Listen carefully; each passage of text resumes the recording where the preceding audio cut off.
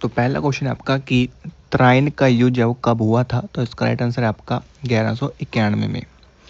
ठीक है जी। और ये किसके बीच हुआ था, ये मोहम्मद गोरी के बीच। ठीक है जी, मोहम्मद गोरी और दोस्तों जो है पृथ्वीराज चौहान के बीच हुआ था। ठीक है जी, पृथ्वीराज चौहान के बीच। ठीक है जी, इन दोनों के बीच है ये युद्ध हुआ था। उसके बाद है कि मल्लिका साराभाई को पद्म विभूषण पुरस्कार कब मिला है, तो इनको जो है 2010 में जो है ये पुरस्कार मिला है। उसके बाद है कि जीवीए का फुल फॉर्म क्या है, तो इसका जो राइट आंसर है वो है आपका ग्रॉस वैल्यू एडेड। ये जो है आपका इकोनॉमिक्स से पूछा गया क्वेश्चन है।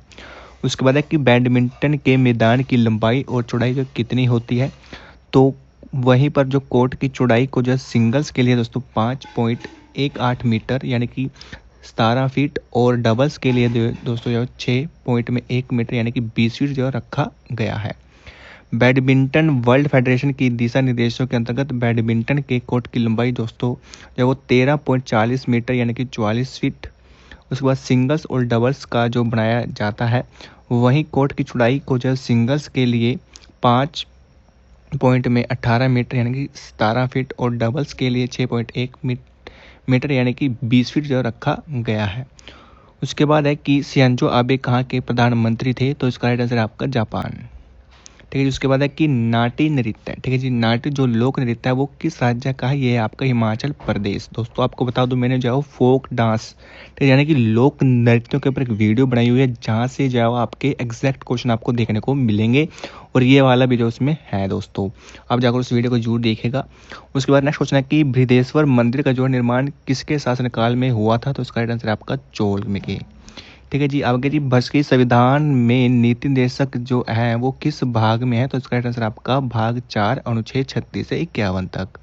उसके बाद है कि सुकन्या समृद्धि ग्रामीण योजना में ऋण की अवधि को कितने वर्ष दो तक थी, तो इसका राइट आंसर आपका 5 ईयर्स। उसके बाद है कि राष्ट्रीय जलमार्ग संख्या 2 किस नदी पर स्थित है, तो ये आपका ब्रह्मपुत्र नदी पर स्थित है। उसके बाद है कि दोहरी शासन प्रणाली की कब शुरुआत हुई थी, तो इसका राइट आंसर आपका 1765 में हुआ था। नेक्स्ट क्वेश्चन था आपका कि खुशहाली सूचांक के कितने चरण होते हैं, तो खुशहाली जो सूचांक है उसके मुख्य रूप से 6 चरण होते हैं, और ये जो है चरण तो वो है आपका प्रति व्यक्ति सकल घरेलू उत्पाद, सामाजिक समर्थन, स्वस्थ जीवन प्रत्याशा, जीवन विकल्प बनाने की स्वतंत्रता, उदारता। नेक्स्ट क्वेश्चन आपका कि सेबी की अध्यक्ष 2025 में कौन बनी है, तो ये आपका तुहिन कांत पांडे जो कि 1 मार्च 2025 को बने हैं। उससे पहले थी आपकी माधवी पुरी बूथ जो कि 1 मार्च 2022 से लेकर 28 फरवरी 2025 तक रही हैं। सीबी की फुल फॉर्म की बात करें तो वो है आपका security exchange board of India. उसके बाद है कि इसकी जो स्थापना है सेबी की वो 12 अप्रैल 1988 को हुई थी। सेबी अधिनियम 1992 के तहत जो है संवैधानिक मान्यता 30 जनवरी 1992 को प्राप्त हुई थी। सेबी का जो मुख्यालय वो मुंबई में स्थित है। सेबी के क्षेत्रीय कार्यालय जो कि अहमदाबाद, कोलकाता, चेन्नई और दिल्ली में स्थित है। यह एक वैधानिक निकाय है। उसके बाद है कि वर्तमान में नीति आयोग के मुख्य कार्यकारी अध्यक्ष या फिर अधिकारी कौन है, तो वह है आपके BVR सुब्रमण्यम। नेक्स्ट क्वेश्चन था कि भारतीय संविधान के अनुच्छेद 356 में क्या जो प्रावधान किया गया है, तो इस 356 की बात करें तो इसमें जो भारतीय संविधान का अनुच्छेद 356 जो कि राष्ट्रपति को किसी राज्य में राष्ट्रपति शासन लागू करने का अधिकार देता है, जब वह संतुष्ट हो कि राज्य सरकार संविधान के अनुसार कार्य करने में विफल रही है, तो इसे जो राज्य है वो आपातकाल या फिर संवैधानिक तंत्र की विफलता भी कह सकते हैं।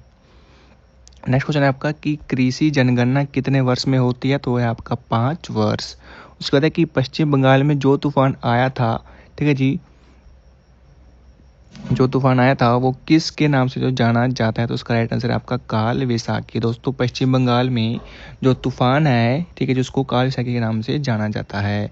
उसके बाद है कि पंडित किशन लाल जो किससे संबंधित है, तो ये जो आपके तबला वादक हैं। उसके बाद है कि R.K. नारायण की पुस्तक, ठीक है दोस्तों, R.K. नारायण की पुस्तक जो कौन सी है, तो है आपका द डार्क रूम। उसके बाद है कि बंगाल विभाजन जो कब हुआ था, तो इसका राइट आंसर है आपका 1905 में। उसके बाद है कि वज्जी संघ की राजधानी कहाँ है, तो इसका राइट आंसर आपका विशाली। अगर मत्स्य संघ की बात करें तो इसकी है विराट नगरी, और कंबोज की है जीराजपुर, और अस्माक है पटना। उसके बाद नेक्स्ट है दोस्तों अंग की राजधानी आपकी चंपा, वत्स की है कौशाम्बी, काशी की है बनारस, अवंती की है उज्जैन या फिर बहिष्मती, और कौशल की है श्रावस्ती, सूरसेन की है मथुरा, मगध की है गिरिवराज, और चेंदी की है शक्तिमती, पांचाल की है दोस्तों आपकी अहिच्छत्र, और मल की है आपकी कुशीनगर, कुरु की इंद्रप्रस्थ, और गंधार जो मौर्य वंश का जो संस्थापक था वो था चंद्रगुप्त मौर्य।